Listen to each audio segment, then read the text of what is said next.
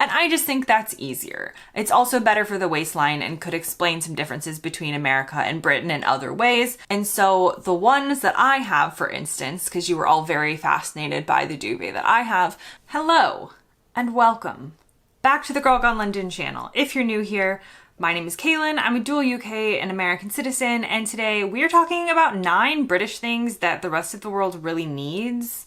But I'm going to be honest with you, they're very specific. We're not talking about electric kettles. We're not talking about roundabouts.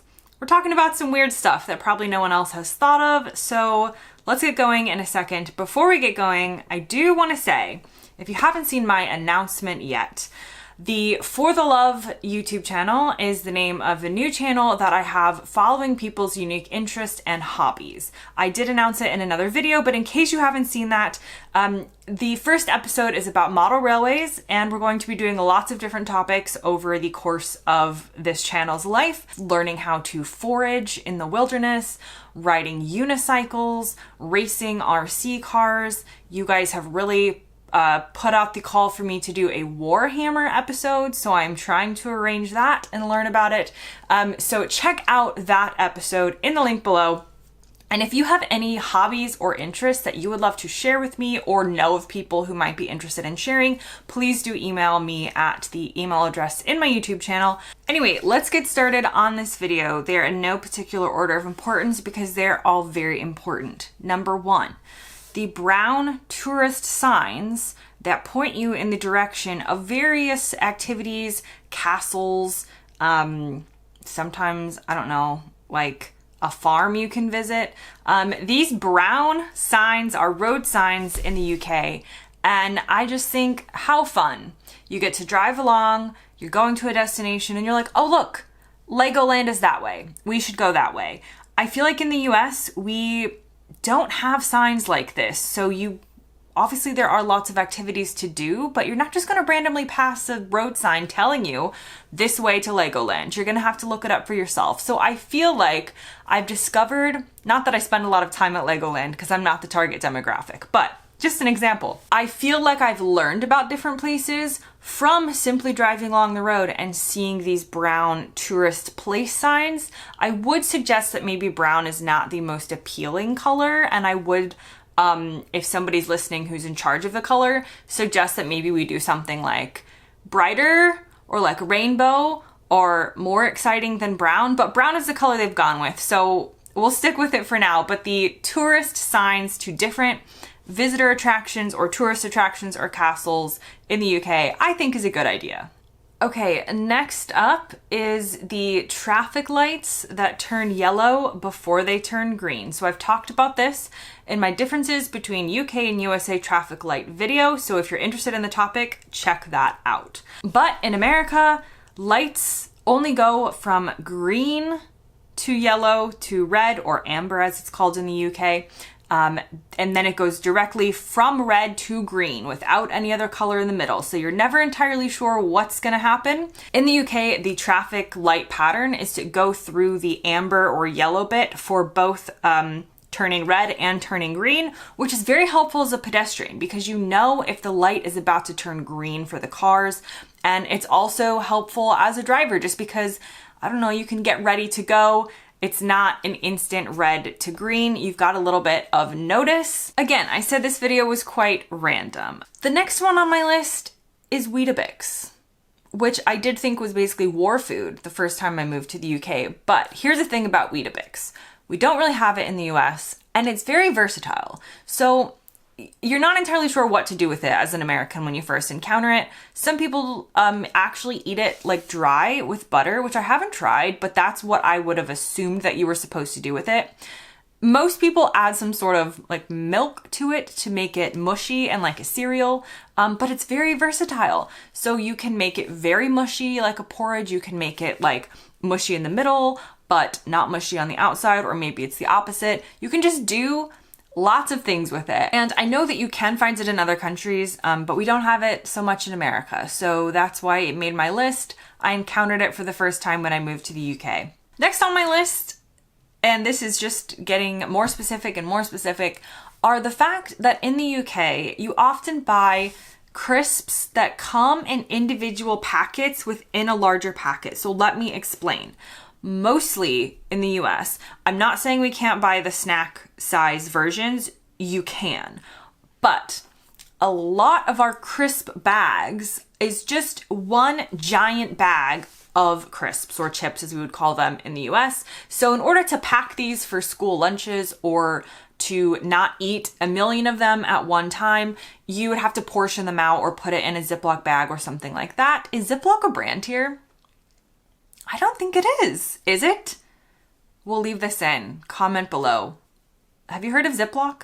Anyway, so in the UK, I often find that you buy a bag of crisps, but often it is separated into smaller snack size bags for portion control, for packing in lunches, for things like that.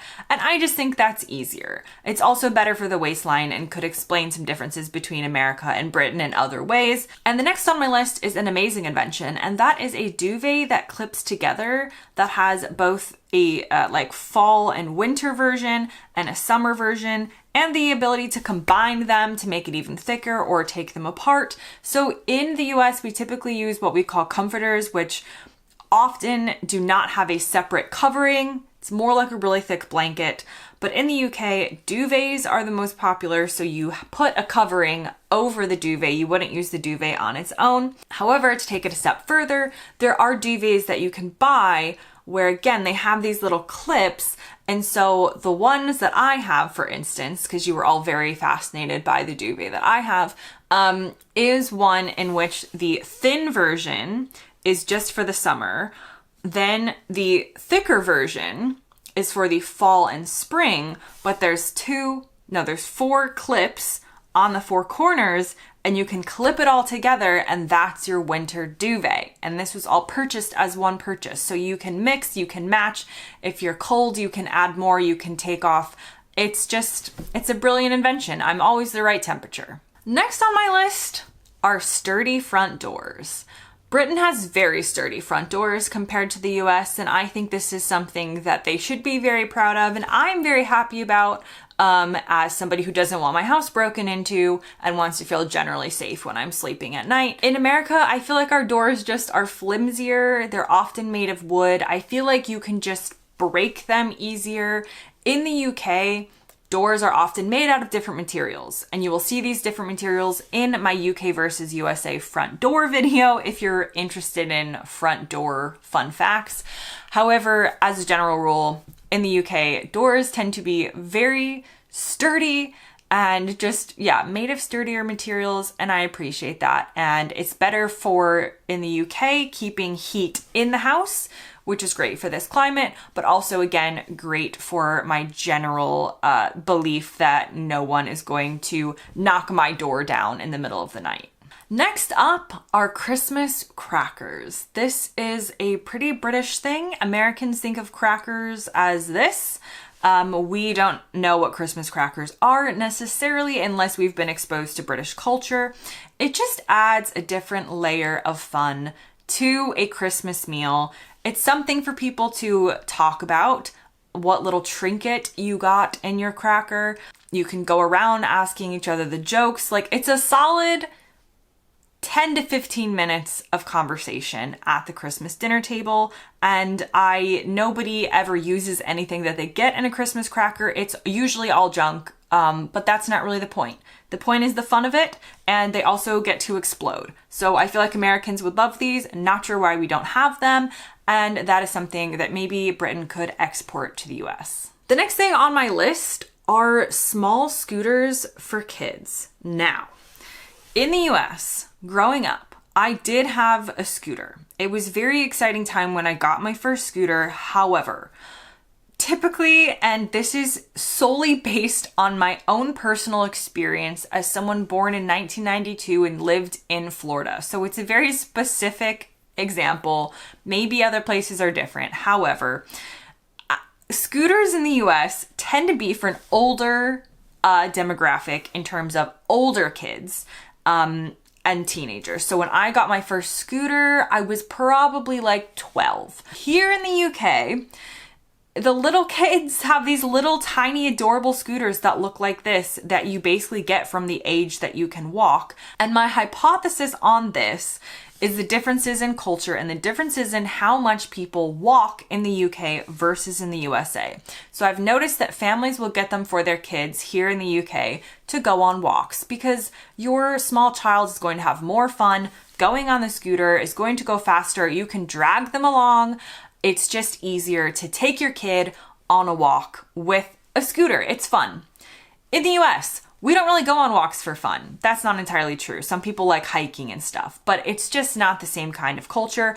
I would used to use my scooter in my neighborhood to just kind of like go to my friend's house or something like that. I didn't need a scooter as a small child at the age of 3 in the US because we weren't really, I don't know, we weren't like walking anywhere that needed it. And finally, on my list of British things that I love and that everybody should get to experience is bunting and decorating things with bunting. Americans, we don't know what bunting is. Again, something I didn't realize was a thing until I moved to the UK. Don't get me wrong, Americans love to decorate and we have different kind of flags and different types of things that you might call bunting, but the triangular fabric or paper that looks like this seems like a very British thing.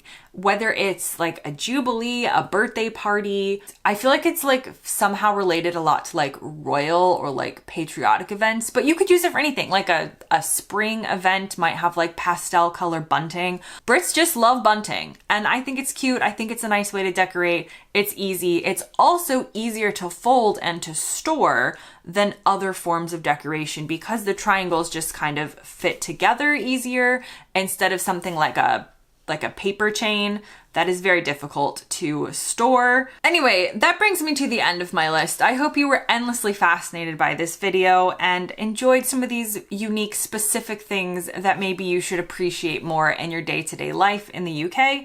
As always, thank you very much for watching and I'll see you next time.